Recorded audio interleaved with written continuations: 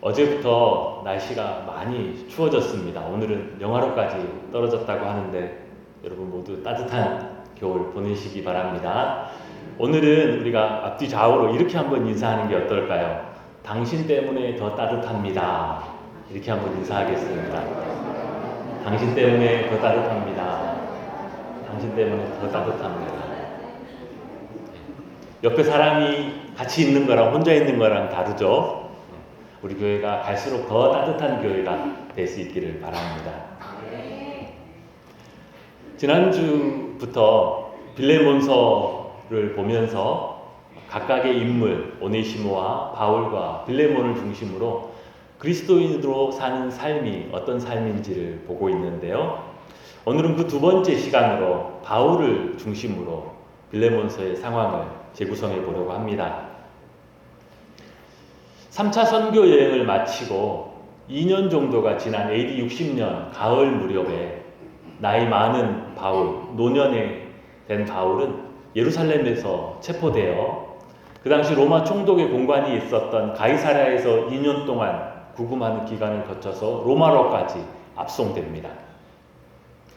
그는 회심 이후로 오직 이방인에게 복음을 전하는 삶을 살았지만 그럼에도 불구하고 그 마음 깊은 곳에서는 그가 결코 벗을 수 없는 아픈 굴레가 하나 있었습니다. 그것이 무엇이냐면 그가 이전에는 그리스도인들을 붙잡아서 죽음으로 내몰던 박해자였다는 것입니다. 예수님이 부활승천하신 이후에 오순절이 지나고 예루살렘에서는 복음이 폭발적으로 전파되기 시작했습니다. 그때 열성 유대교 신자였던 바울은 이 나사렛 이단들을 도저히 두고 볼 수가 없었습니다. 그들은 말도 안 되는 주장을 하면서 그들이 조상 대대로 섬겨왔던 유대교를 모독하고 무너뜨린다라고 생각했습니다. 그는 열성 유대교 신자들이 그 당시 7집사 중에 한 사람이었던 스데반을 길바닥에서 돌로 쳐 죽일 때 그 자리에 같이 있었고 그 증인으로 그리고 그 사건은 너무나 마땅하다고 여겼습니다. 그 사건 이후로도 바울은 예루살렘 집집을 뒤지고 다니면서 예수 믿는 잔당들을 색출해서 넘겨주던 그런 열심이 있었습니다. 과거의 바울은 그렇게 그리스도인들을 잡아 박해하던 사람이었고 그들을 잡아서 죽음으로 내몰던 사람이었습니다. 심지어 그는 저 멀리 다메섹에 예수 믿는 이단들이 많이 있다는 소식을 듣고 살기가 등등하여서 가만두지 않으리라 이놈들 하는 마음에 대제사장에게 공문을 받아서 그 길을 나서기도 했습니다. 그 다메섹으로 가던 중에 그 도상에서 바울은 부활하신 예수님을 대면하게 되었고 그 영광에 눈이 멀었습니다. 그 사건은 바울의 인생을 완전히 통째로 바꾸어 놓았습니다. 그 이후 바울은 악독한 박해자에서 완전히 그리스도를 전하는 사람이 되었지요. 바울은 그렇게 넘치는 하나님의 은혜를 경험했을 뿐만 아니라 또한 얼마 전까지 박해자였던 자신을 위해서 희생을 마다하지 않고 섬겨주었던 수많은 그리스도인들을 만나게 되었습니다. 다메섹에 있었던 아나니아라는 제자는 그리스도인들을 잡아 죽이러 온 그 바울에게 찾아가서 그에게 안수하여서 그 눈을 치료해주고 예수의 이름으로 그에게 세례를 베풀어 주었습니다. 다메섹의 다른 제자들도 박해자였던 그 바울을 그들의 형제로 기꺼이 맞아 주었습니다. 예루살렘에 돌아와서 이제는 과격한 유대교 신자들이 자신을 배신자라며 잡아 죽이려고 할 때 예루살렘에 있었던 다른 형제들은 위험을 감수하면서 그를 숨기고 그를 빼돌려서 바울의 고향으로 다소로 다시 돌아갈 수 있도록 그를 안내해 주었습니다. 바나바라는 제자는 바울의 고향 다소에까지 찾아와서 그를 안디옥으로 함께 데리고 가서 함께 주님을 위해서 사역할 수 있도록 그의 길을 열어주었습니다. 그가 이전에 박해자였으므로 교회 지도자가 될 수 없다라고 할 때마다 바나바가 나서서 그를 변호해주고 그를 하나님께서 특별히 택하여 쓰고자 하신다라고 그가 사역자의 길을 갈 수 있도록 그 길을 열어주었습니다. 그 외에도 바울을 위해 기도해 주었던 수많은 그리스도인, 그가 선교 여행을 갈 때마다 필요한 경비를 뒤에서 대주었던 교회들이 많이 있었습니다. 그리스도인을 잡아서 죽음으로 내몰았던 박해자였던 자신을 위해서 그렇게 희생하고 섬겨주었던, 사랑을 베풀어 주었던 그리스도인들을 바울은 잊을 수가 없었습니다. 그는 일평생 3차에 걸친 선교 여행으로 아시아와 유럽의 수많은 이방인 교회들을 세우고 그들을 가르치고 기독교 역사에서 가장 위대한 사도이기도 하였지만, 그는 그 마음속에 항상 자신이 이전에 어떤 사람이었는지가 항상 굴레처럼 있었습니다. 복음의 일꾼인 자신을 잡아 죽이려고 달려드는 자들을 보면 그들을 원망하고 그들 때문에 불평하는 것이 아니라 오히려 그들을 보면서 자신의 지난 날을 생각하게 되었습니다. 그래, 나도 저런 모습으로 살았었지.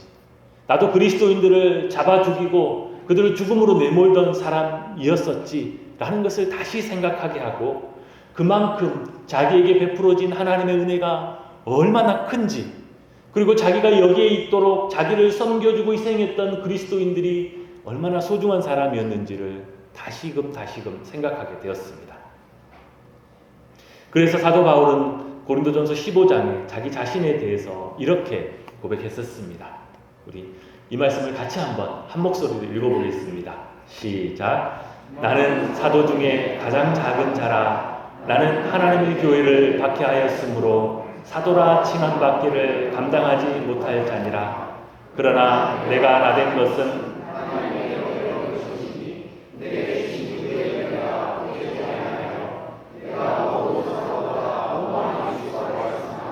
내가 한 것이 아니요 오직 나와 함께 하신 하나님의 은혜로다. 아멘. 그런 마음으로 살아가던 바울이 그 일평생 복음의 일꾼으로 살아가다가 이제 노년에 로마의 감옥에까지 압송되었는데, 그곳에서 한 젊은 죄수를 만나게 되었습니다. 그가 보기에 그 젊은이는 세상을 향한 원망과 분노로 그 눈빛이 가득했고, 그러면서도 두려움에 항상 자기 주변을 경계하던 사람이었습니다.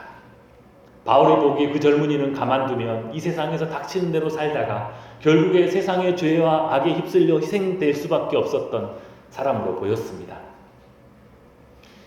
감옥 안에서 바울은 유독 그에게 관심을 가지게 되었고 또 그에게 그리스도의 복음을 전해주게 되었습니다.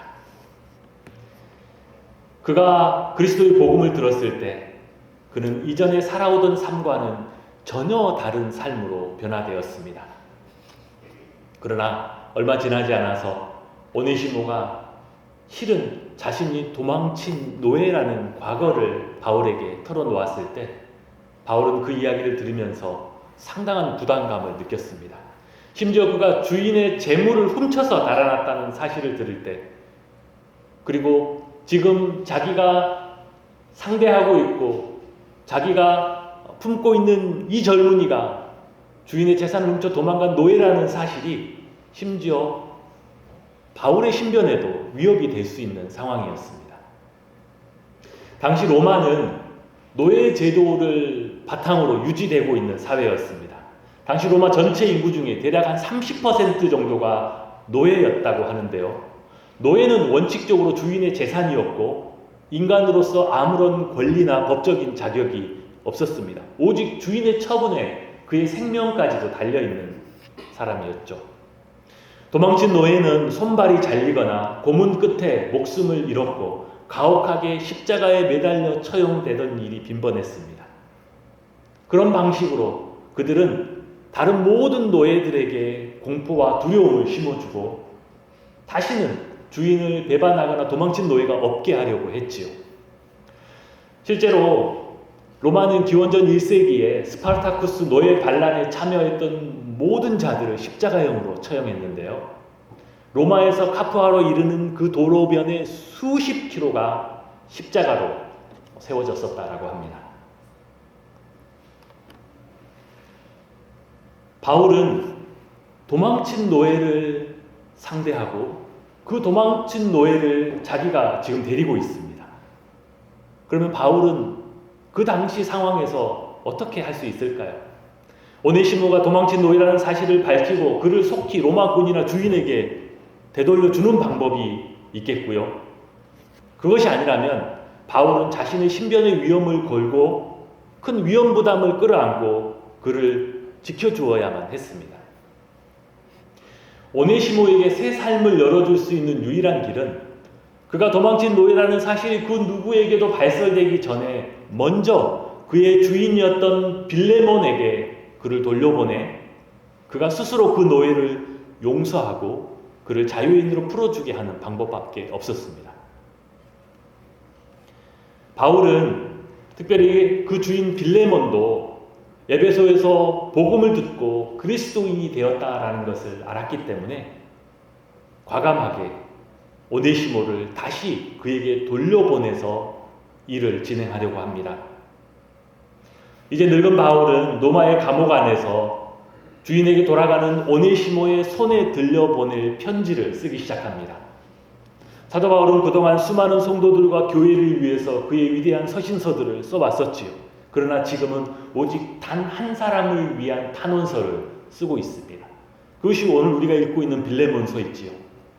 우리는 이 서신의 구석구석을 보면서 이제 나이도 많은 바울이 얼마나 심혈을 기울여 겸손하게 이 편지를 쓰고 있는지를 발견할 수 있습니다. 9절과 10절에 보면 이렇게 되어 있지요. 이제 나이가 많은 나 바울은 지금 또 예수 그리스도를 위하여 갇힌 자 되어 갇힌 중에 낳은 아들 오네시모를 위하여 내게 간구하노라 라고 부탁합니다. 12절에는 내가 그를 돌려보내노니 그는 내 신복이라 라고 하는데요. 이 신복은 심장이라는 뜻입니다. 그래서 현대어 성경은 이 구절을 이렇게 번역합니다. 그래서 내 심장과 같은 그를 그대에게 돌려보냅니다. 9절에는 그가 빌레몬에게 이르렀을 때 빌레몬이 그를 어떻게 맞아주기를 원하는지 이렇게 부탁하고 있습니다. 그러므로 내가 나를 동역자로 알진대 그를 영접하기를 내게 하듯 하고 도망친 노예를 다시 붙잡은 것처럼 가혹하게 그를 하지 말고 마치 내가 당신의 집에 방문하여 그대가 나를 대하여 주는 것처럼 그도 그렇게 대하여 달라고 부탁합니다. 더 나아가서 빌레몬이 그 종 오네시모를 용서할 수 있도록 오네시모가 훔쳐 달아났던 그에게 피해를 주었던 그 모든 금액을 자기 자신이 변상하겠다라고 합니다. 18절에 그가 만일 내게 불의를 하였거나 내게 빚진 것이 있으면 그것을 내 앞으로 계산하라 라고까지 합니다. 바울은 이 한 사람 오네시모를 살리고 그에게 그리스도인으로 새 삶을 열어주기 위해서 애쓰고 있지요. 마치 이제 남은 자신의 생애에서 이보다 더 중요한 일이 없는 것처럼 그리고 자신이 이곳 로마의 감옥까지 끌려온 이유가 오직 이 한 사람이라도 되는 것처럼 그는 온 힘을 다하여 이 서신서를 써내려갑니다. 그리고 성경은 이렇게 바울이 오늘 보여주는 이 모습 한 사람을 마음에 품고 그 한 사람을 살리고 그 한 사람을 세우는 삶이 우리 모든 그리스도인의 삶이다 라고 가르칩니다. 그렇다면 우리는 어떻게 그리스도인으로서 한 사람을 살리고 세우는 그런 삶을 살 수 있을까요? 그 첫 번째는 먼저 우리에게 온 그 한 사람을 주목하는 것입니다. 우리는 수천 수만 많은 사람들 대중을 좋아합니다. 그러나 하나님은 한 사람을 주목해서 보시고 그 한 사람을 통하여 하나님의 일을 하시는 분이십니다. 우리는 많은 사람을 좋아해서 수많은 한 사람 한 사람들이 우리 곁에 머물다가 지나가고 스쳐가도 우리는 그 사실도 모르면서 살 때가 많이 있습니다. 한 사람의 중요함, 한 사람의 그 무게를 우리는 깨닫지 못하고 있는 것이죠. 10여 년 전에 KBS 예능 중에 청춘 합창단을 모집하는 프로그램이 있었습니다. 당시 만 52세 이상 된 사람만 지원할 수 있었고요. 그 지원자들 중에서 오디션을 통해서 합창단을 구성하는 프로그램이었습니다. 당시 52세부터 90세 할머니까지 무려 3,000명이 넘는 사람들이 지원을 했다고 합니다. 서류 심사를 거쳐서 그 중에 200명을 선발해서 오디션을 치렀는데요. 평균 나이는 62세였고 직업도 평범한 주부에서부터 의사, 농구 선수, 학교 선생님, 벌을 기르는 양봉업자, 펀드 매니저, 다양한 각계각층의 사람들이 왔었다고 합니다. 오디션을 보니까 노래 실력은 다 고만고만합니다. 우리도 그만큼은 부를 수 있을 것 같아요. 우리 찬양대가 훨씬 더 잘 부르십니다. 우리 김영수 장로님 같으면 1등하고도 나왔을 겁니다. 그들은 노래 실력은 고만고만했어요. 그런데 그들은 노래를 잘하는 사람들이 아니라 자기 인생에 꼭 부르고 싶은 노래가 있는 사람들이었습니다. 그리고 자기가 부르고자 하는 그 노래에는 모두가 자기 인생의 절절한 사연들이 얽혀 있었습니다. 한 중년 남자는 자기가 일평생 방송사 기술직으로 근무했는데 평생 무대 뒤에서만 일하다 살았는데 내년에 은퇴라고 합니다. 그래서 자기 일생에 한 번은 무대에 서보고 싶었다고 합니다. 그래서 이 프로그램에 지원하게 됐다고 했어요. 한 50대 후반 지원자는 얼마 전 자기가 간암 선고를 받았는데 자기 인생의 마지막 노래를 멋지게 불러보고 싶었다고 했습니다. 어떤 중년 남성은 15년간 장애인 아내를 돌봐왔는데 얼마 전에는 자기 자신도 대장암 말기 판정을 받았다고 했습니다. 어떤 50대 후반 부부는 1년 전에 하나 있는 외아들을 사고로 잃었는데 그 고통이 신음하다가 우리가 남은 일생을 어떻게 살아갈 수 있을까 고민하다가 이제 아들도 잃어버리고 하나 남은 서로에게 가장 소중한 부부가 서로를 의지해서 이 남은 일생을 살아가자는 마음으로 기타를 연주하면서 젊은 연인들이라는 노래를 불렀습니다. 다정한 연인이 손에 손을 잡고 그 아픔의 부부가 이제 세상에 하나밖에 남지 않은 가장 소중한 서로의 손을 잡고 이 아픔을 이겨나가자라고 노래를 불렀던 것이죠. 어떤 나이 많은 여자분은 15년 전에 죽은 자기 아들을 생각하면서 지난 15년 동안 아들이 생각날 때마다 눈물로 불렀던 그 노사연의 만남을 거기에서 불렀습니다. 60이 다 된 아주머니 한 분은 젊었을 때 일찍 남편을 잃고 딸 6을 혼자 키워왔던 지난 평생을 회상하면서 여자의 일생이라는 노래를 부르기도 했습니다. 그들의 사연과 그들의 노래를 들으면서 한 사람 한 사람의 인생의 무게를 느끼게 되었습니다. 어느 누구도 가벼운 인생이 없었고 어느 누구도 중요치 않은 인생이 없었습니다. 우리 중에 누군들 크고 작은 그만한 사연이 없겠습니까? 우리의 지난 날들을 돌아보며 우리의 지난 날들을 한 노래로 부른다라면 어느 누군들 그 노래에 무게가 없고 감동이 없을 수가 있겠습니까? 그와 같이 우리 주변에 우리에게 잠시 머물다 또 우리와 함께하고 있는 수많은 사람들 그 한 사람 한 사람도 다 그와 같을 줄 압니다. 매일매일 우리 곁을 조용히 지나가고 스쳐가는 그 사람들도 다 그와 같은 사람들이지요. 정현용 시인은 그의 시 방문객이라는 시에서 그 한 사람의 중요함을 이렇게 노래합니다. 사람이 온다는 건 실은 어마어마한 일이다. 한 사람의 일생이 오기 때문이다. 사람이 온다는 건 실로 어마어마한 일이다. 그의 과거와 현재와 그의 미래가 함께 오기 때문이다. 한 사람의 일생이 오기 때문이다. 부서지기 쉬운, 그래서 부서지기도 했을 그 마음이 오는 것이다 라고 했습니다. 성경은 이렇게 한 사람 한 사람의 중요성을 알고 그 한 사람에게 마음을 집중하고 그를 살려내는 이 사역의 방식이 실상은 예수님께서 우리에게 보여주신 사역의 모습이다라고, 그리고 또한 우리 모든 그리스도인들의 삶의 방식이어야 한다라고 합니다. 복음서를 보면 예수님이 수많은 무리들 가운데 수많은 사람들을 위하여 사역한 듯하지만 잘 읽어보면 항상 예수님은 그 속에서 단 한 사람 한 사람을 주목하셨습니다.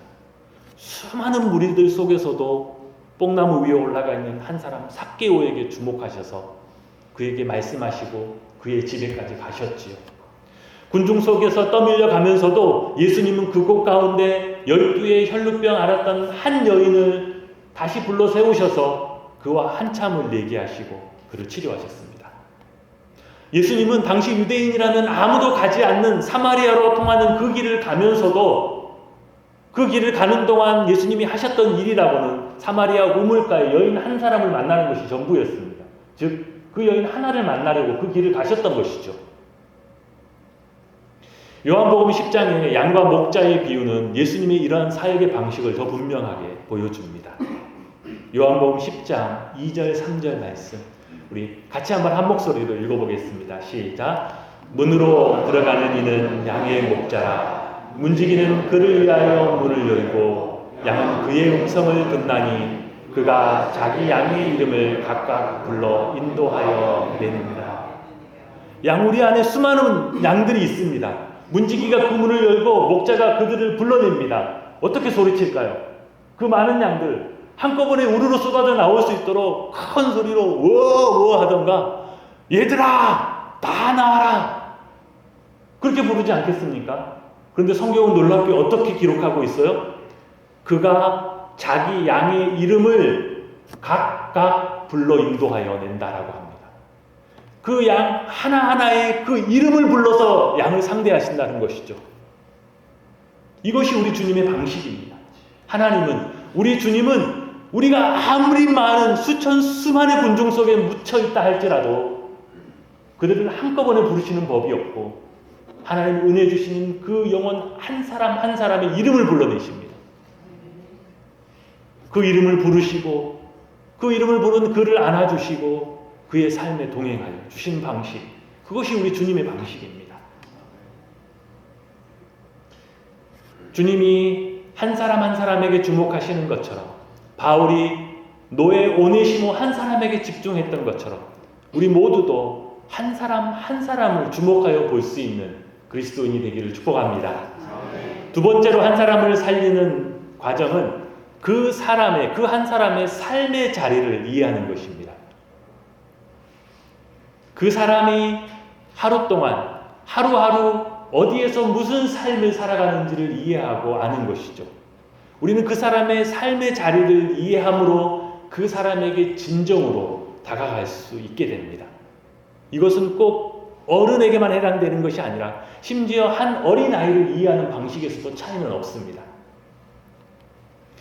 한 이민 개척교회에서 7살짜리 남자애가 하나 있었는데요. 교인이 50명도 안 되는 그 개척교회 안에서 이 7살짜리 남자애는 제일 골칫거리였습니다. 이 아이는 교회 이곳저곳 아무데나 뛰어다니면서 손에 닿는 모든 것을 잡아뜨리거나 흐트러 놓거나 깨버렸습니다. 아이가 그러면 부모라도 같이 와서 좀 아이를 통제해야 될 텐데 부모는 아이만 덜렁 보내놓고 교회는 단 한 번도 나온 적이 없었어요. 그 아이는 그 모든 성도들이 속마음으로 아이고 쟤는 좀 안 나왔으면 좋겠다 그런 아이였습니다. 심지어 젊은 목사 부부에게도 이 아이는 정말 미운 아이였습니다. 골칫거리였으니까요. 그러던 어느 주일날 이 아이가 기어이 일을 내고 말았습니다. 그 주위에도 온 교회를 여기저기 뛰어다니던 애가 갑자기 예배 드리고 있는 본당 유리문 앞에 딱 서더니 자기 손에 있던 그 딱딱한 장난감 자동차를 그냥 그 문에다가 내던졌는데 예배 중간에 그 유리문이 깨졌습니다. 예배는 엉망이 되고 성도들과 심지어 그 목사 부부도 그냥 그동안 참아왔던 것이 폭발해버렸습니다. 그 아이를 끌고 네 집이 어디냐고 네 부모를 좀 보자고 그리고 그 아이 집에 같이 갔습니다. 아이를 끌고 그 집에 가서 부모를 만나면 제발 아이를 혼자 보내지 말라라고 같이 나오던가 아니면 보내지 말던가 하라고 그렇게 다그치려는 마음이었습니다. 근데 집에 도착해 보니까 주변은 어둡고 후미진 곳에 아주 작은 낡은 집에 살고 있었어요. 문을 두드리자 엄마라는 젊은 여자가 나왔는데 이 여자는 나오자마자 욕부터 시작했습니다. 이 빌어먹을 놈이 또 어디 가서 뭔 사고를 쳐서 이러고 왔냐고. 그 집에 현관문을 열고 들어가자 이 젊은 목사 부부를 보면서 그 엄마는 막 욕하기를 그치지 않았어. 내가 이놈 때문에 내 인생 다 망쳤다고. 계속해서 욕을 해댔습니다. 대충 쓱 둘러보니까 저 안쪽에 방이 하나 있고 거실이 전부인 집인데 방은 엄마가 쓰는 듯 했고 여기저기 굴러다니는 옷가지와 쓰레기가 널브러진 거실 한쪽 구석에 말할 수 없이 낡고 지저분한 담요 하나가 깔려 있었고 베개 하나가 있었어요. 딱 보니까 거기가 그 아이의 자리였습니다. 집안 어디에도 아빠의 흔적은 없었고 거실 탁자 위에 먹다 남은 컵라면 그릇만 서너 개가 고작이었습니다. 목사는 그 아이의 삶의 자리를 보고 그 아이가 매일매일 어떤 삶을 살아가는지 잠시 생각해 보았습니다. 그리고 너무 마음이 아프고 너무 미안해서 눈물이 쏟아져 나왔습니다. 우리가 그동안 도대체 이 어린아이에게 무슨 짓을 한 것인가? 그날 이후로 그 목사 부부는 그 아이가 무슨 짓을 해도 밉지가 않았어요. 문제를 일으키는데도 그 아이를 보면 오히려 그들이 미안하고 문제를 일으키는 그 아이를 보면서도 눈물을 흘리는 것은 오히려 그 사람이었습니다. 그 아이의 삶의 자리를 이해하고 나니까 그의 마음도 그의 행동도 다 이해할 수 있게 되었습니다. 주일이면 항상 가장 먼저 그 아이를 찾아서 그 아이를 한참을 안아주었어요. 처음에는 그 아이도 이게 무슨 일인가 이상하게 어색해했지만 하루 이틀 한 달 두 달 시간이 지나고 나니까 언젠가부터는 그 아이가 먼저 다가와서 안고 안아달라고 하는 아이가 되었어요. 한 사람의 삶의 자리를 이해하지 못할 때 우리는 그 사람을 오해할 수도 있고 또 진정으로 그 사람에게 다가갈 수가 없습니다. 반대로 우리가 어떤 사람의 삶의 자리를 이해하게 될 때 그가 매일매일 하루하루를 어디에서 어떻게 살아가는지를 알게 될 때 우리는 그 사람을 살리고 그 사람을 세울 수 있도록 다가갈 수 있게 됩니다. 그를 이해하고 그를 공감하고 더 나아가 그 영혼을 사랑할 수 있게 되지요. 그래서 바울은 빌레몬에게 쓰는 편지에서도 그의 종 오네시모를 향해서 이렇게 쓰지요. 그는 나의 힘복이라. 그는 나의 심장과 같은 사람입니다. 라고 쓰고 있습니다. 바울은 고통받고 두려워하는 노예 오네시모의 삶의 자리를 알고 이해함으로 그를 위해 그렇게까지 할 수 있었습니다. 우리는 많은 사람들을 알고 많은 사람들과 관계를 맺는 듯 하지만 실상 우리는 그들의 삶의 자리를 모를 때가 많이 있습니다. 같이 일하는 사람들도 심지어 같이 예배드리는 사람들도 그들의 삶의 자리를 모를 때가 많지요. 그래서 우리는 그들의 삶에 진정으로 다가가지 못하고 그들과 진정으로 깊은 교제를 하지 못할 때가 너무 많이 있습니다. 오늘 성경은 우리가 한 사람을 살리는 그리스도인이 그런 삶을 살려고 한다면 우리가 우리에게 있는 한 사람 한 사람들의 그들의 삶의 자리에 관심을 갖고 그들을 이해할 수 있어야 한다고 합니다. 세 번째로 한 사람을 살리는 과정은 은혜의 빚을 갚는 삶을 사는 것입니다. 당시에는 도망친 노예를 도와주거나 숨겨주는 것도 대단히 위험한 일이었습니다. 왜냐하면 그 자체도 불법이었고 그것만으로도 감옥에 가거나 말할 수 없이 큰 벌금을 내거나 어떤 경우는 심지어 노예를 숨겨준 것 때문에 그 자신도 노예로 전락할 수 있었습니다. 그러니 도망친 노예를 발견하면 그를 비호에 따른 오해를 받기 전에 바로 무언가를 해야지요. 바로 그를 고발해서 넘겨주거나 아니면 최소한 그를 다시 주인에게 넘겨주어서 알려주거나 해야죠. 도망친 노예를 모른 채 묵인하거나 도와주는 것도 그때에는 결코 용납되지 않았기 때문입니다. 그런데 오늘 바울은 그 모든 위험을 감수하면서 노예를 위한 탄원서를 쓰고 있습니다. 심지어 그는 오네시모가 입힌 모든 손해를 자기가 변상하겠다라고 합니다. 그 누구도 타인 때문에 자신의 신변의 위험을 감수하거나 남이 진 빚을 내가 대신 갚아줘야 한다는 것은 쉬운 일이 아니죠. 그런데 바울은 왜 이러한 모든 일들을 스스로 기꺼이 감당하려고 할까요? 그는 자신이 받은 은혜가 얼마나 큰지를 늘 알고 있었기 때문입니다. 그는 스스로 전에는 핍박자였던 자기에게 베풀어 주셨던 그 하나님의 은혜가 얼마나 큰지, 또 자신을 위해서 희생하고 섬겨주었던 수많은 그리스도인들의 희생과 사랑이 얼마나 컸었던지를 너무나 잘 알고 있었기 때문이었습니다. 바울은 실상 그도 이전에는 위험 인물이었습니다. 그도 실상 예전에는 수많은 다른 그리스도인들의 섬김과 희생이 없이는 살아날 수 없었던 위험을 많이 겪었던 사람이었습니다. 그래서 그는 늘 이렇게 말했지요. 로마서 1장 14절에 헬라인이나 야만인이나 지혜 있는 자나 어리석은 자에게 다 내가 빚진 자라. 바울은 결코 자신이 의롭고 남들보다 더 선하기 때문에 무언가를 베푸는 삶을 산다라고 여기지 않았어요.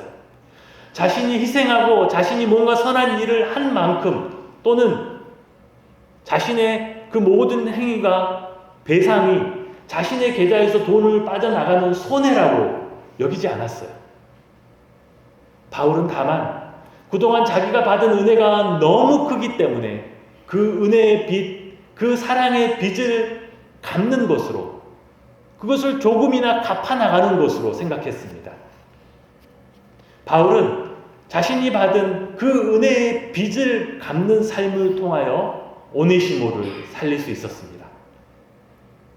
바울 자신이 내가 받은 은혜가 얼마나 컸는지 깨닫고 감격하면 할수록 오네시모를 향한 그의 사랑과 희생도 커질 수밖에 없었습니다. 교회의 전승에 의하면 오네시모는 이 편지를 들고 빌레몬과의 만남 이후로 복음을 전하는 자로 그의 일생을 살았다고 합니다. 나중에는 에베소 교회의 감독이 되었고, 마지막에 그도 체포되어서 로마에 압송되어 로마에서 순교한 것으로 기록하고 있습니다. 오네시모는 노예로 태어나서 도망친 노예로 죽음 외에는 아무런 소망이 없는 데까지 전락했다가 한 사람을 세우는 삶을 살았던 바울과의 만남을 통하여 그는 전혀 다른 삶을 살게 되었습니다. 여러분, 우리가 알고 있는 것처럼 바울 역시 복음을 전하는 자로 살다가 마지막에 로마에까지 압송되어서 로마 감옥에 있다가 결국 로마에서 순교하고 그의 삶을 마무리했습니다. 그렇다면 지금 바울이 이 한 사람 오네시모를 살리고 그를 세우는 이 시간은 실상은 바울이 또 다른 바울을 세우고 있는 시간입니다. 바울이 또 다른 바울을 살려내고 있는 시간인 것이죠. 왜냐하면 그렇게 살아난 이 한 사람 오네시모 역시 일평생 복음을 위해 살고 그렇게 살다가 로마로 압송되어서 로마에서 순교하는 바울과 똑같은 삶을 살았기 때문이지요. 우리의 오네시모, 우리에게 와 있는 그 한 사람은 누구일까요? 그 한 사람은 멀리 있는 그 누군가가 아니라 이미 우리 곁에, 우리의 가까이 와 있는 사람 중에 누구일 것입니다. 우리는 수많은 사람, 큰 무리, 구름과 같은 인파를 좋아합니다. 그러나 하나님은 우리에게 한 사람을 보내시고 그 한 사람의 삶을 살리라 라고 하십니다. 우리가 그 한 사람을 복음으로 살리고 그 한 사람을 세울 때 그 역시 우리와 같은 믿음의 사람이 되고 그 한 사람이 우리보다 더 큰 하나님 나라의 일꾼 되어서 하나님의 사명을 감당하게 될 줄 믿습니다. 바라기는 저와 우리 모든 성도님들이 우리 주님이 하셨던 대로 한 사람에게 마음을 모아 그 사람을 섬기고 그 사람을 살려내고 그 사람을 통하여 더 큰 하나님의 일들을 이루어내는 하나님의 백성들 다 되시기를 주님의 이름으로 축복합니다.